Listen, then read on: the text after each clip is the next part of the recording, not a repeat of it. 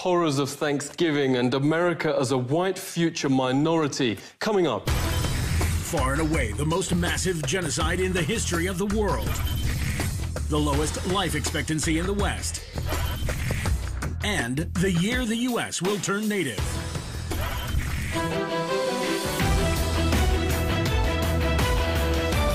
Virtually none of Thanksgiving has an ounce of accuracy, notes the bestseller Lies My Teacher Told Me. The idea of Europe bringing civilization to the Americas simply flips truth on its head.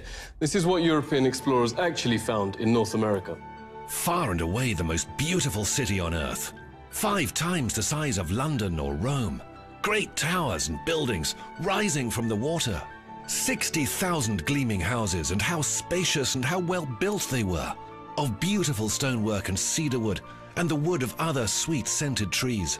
The many streets and boulevards of the city were so neat and well swept, despite the multitude of inhabitants, crisscrossed with a complex network of canals, like an enormous Venice, but also remarkable floating gardens that reminded of nowhere else on Earth. While Europe was drinking water from its polluted city rivers, huge aqueducts transported America's water from fresh springs. But what impressed most were the special merchant areas where timber and tiles and other building materials were bought and sold, as well as greengrocer streets where one could buy every sort of vegetable, fruits, honeys, nut paste and chocolates. Astonished by the personal cleanliness and hygiene of the colorfully dressed populace, and by their extravagant use of soaps, deodorants and breath sweeteners. Most Europeans never bathed and kept clothes on at all times. The Pilgrim's Notes biographer Zini Feiner had a terrible smell.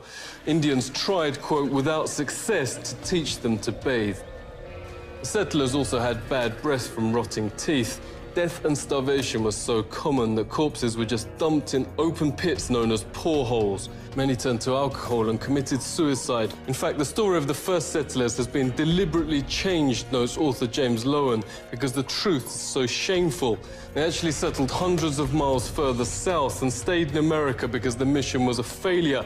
Their real aim, reports historian Robert Beverly, was to find some gold and take it back to Europe. They spent their days digging random holes in the ground, haplessly looking for gold instead of planting crops. Soon they were starving and digging up putrid Indian corpses to eat. They took some Indian prisoners and forced them to teach the colonists how to farm. And the meal with the natives wasn't quite the Thanksgiving shown on TV and in school books. The colonists offered the Indians a toast to eternal friendship, whereupon the chief, his family, advisors, and 200 followers dropped dead of poison. In mainstream history books, perhaps the most common description of American territory then is virgin land. In fact, notes historian Peter Jennings, it was widowed. Horrific enough, the Nazi ethnic cleansings in Europe during World War II. Leading American studies professor David Stannard notes it's dwarfed by, quote, far and away the most massive act of genocide in the history of the world. The death of 100 million indigenous people in the, quote, American Holocaust. Some from disease, but also vast numbers from a deliberate policy aimed at wiping out the race that mainstream history books continue to pretend never happened. He knows when Heinrich Himmler called the final solution, quote, delousing, Himmler was only echoing the Pilgrim Army's rallying cry, nits make lice, nits being Indian babies. This was a map of Indian nations across the US. 80% of the first government's entire budget went on attacking existing Indian settlements to take their developed farmland. The settlers would most probably not have survived, writes Jennings, on their own. 95% of America's entire population was then wiped out. American Holocaust notes there is documented evidence of colonist leaders going town after town, deliberately killing all men, women and children. Yet school texts and history books remain silent. Orders came from the very top. Under the direct order of George Washington, at least 28 of 30 Seneca towns and all the towns of the Mohawk, Onondaga and Cayuga were simply obliterated. George Washington wrote the Indian country, quote, must be destroyed. Thomas Jefferson called to, quote, pursue Indians to extermination. Nobel Peace Prize winner Theodore Roosevelt called beneficial the eradication of the native race. Stannard notes genocide was official public policy. California Governor Peter Burnett in his 1851 message to the legislature. Extermination must continue to be waged until the Indian becomes extinct. Another governor issued the public proclamation to, quote, pursue, kill and destroy all Indians. A witness notes the ensuing bloodbaths practically wiped out the native race. The whites shoot them down like wolves, men, women and children, wherever they could find them. This war of extermination against the Aborigines is tending to the final extinction of the race. What reportedly saved the race from extinction was their use as slave labor. This extermination policy has proved so injurious to the interests of the whites. Indian labour is indispensable. Highly prized slaves were Indian girls as young as 3, said the Marysville Appeal, for fulfilling double roles of labour and of lust. Phil Lane Jr. is hereditary chief of the Hankton One First Nation. Phil, really great to see you. What facts are being airbrushed out of history? Practices were that sometimes you don't want to speak about, and they not only wiped out most of the people, but the way they did it, the greatest loss of people any time in history. Cultural genocide is still being waged on surviving Indians, reports Truthout. From the start of the 20th century, children were forced into so-called Indian boarding schools, designed to, quote, kill the Indian in them, according to the system's founding father, Richard Pratt. Indians are obliged to change their name to a Western one like Tom, made to dress and style their hair like whites. Indigenous Americans are also forced to adopt Christianity and all other parts of Western culture. Lenore Stefan witnessed the abuse firsthand. Thank you so much for speaking to us. Can you tell us what happened? Federal policy here was to take the Indian out of the person. They beat the language out of like my father. He grew up his whole life, his hands were kind of bent.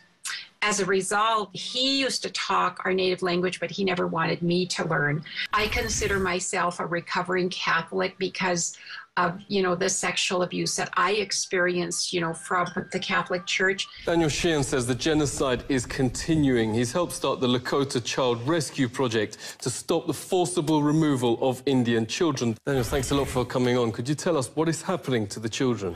And what we discovered is that not only were the children being taken on an epidemic level, that it was happening on every single one of the reservations and in virtually every one of the major cities. The International Convention Against Genocide actually has a provision which expressly identifies what's going on as genocide, that the systematic undertaking on the part of the racially dominant culture in a given nation state, taking away indigenous children from their native tribes and putting them in the white culture has been identified as genocide. Even the Supreme Court still upholds natives' second-class status to this day, writes noted legal scholar Robert Williams. He joins us now. It's really great to speak to you. Can you give us some examples? 1 out of 3 Indian women will be raped during their lifetime. In 86% of those cases, the victims report that it's a non-Indian that perpetuated the sexual assault or the rape. This has been traced directly to the inability of tribes to prosecute these crimes. One of the points I make in my book, Savage Anxieties, is that if you look at the history of the more civilized nations' treatments, so-called more civilized nations' treatments of indigenous peoples, it really makes you wonder who are the savages and who are the more civilized. One very famous study done found that every single treaty that the United States had negotiated with tribes had in fact been breached at one time or another or had been violated. Supreme Court said they had no property rights and therefore no rights to just compensation. And there was some horrible language in the opinion about how the court recognized that everyone knows that the savage tribes of America were conquered and the treaties were really meaningless anyway. So it's this perpetuation of these stereotypes in this case, which is still valid law in the United States. It's still a valid precedent.